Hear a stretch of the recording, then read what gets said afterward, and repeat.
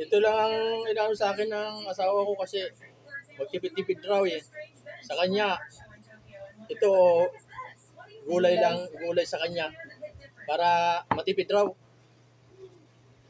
Ito sa akin, sa kanya gulay. Anak na. Ayan, daming tangkay naman to.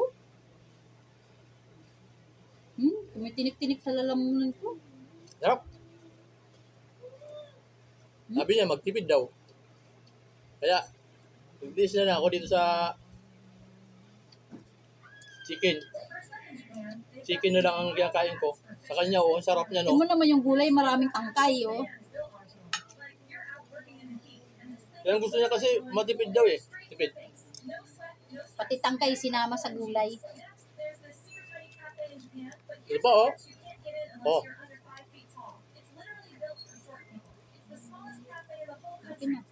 Hindi ako na kukuntento dito. Gusto ko talaga gulay eh. Daming tangkay nga, oh.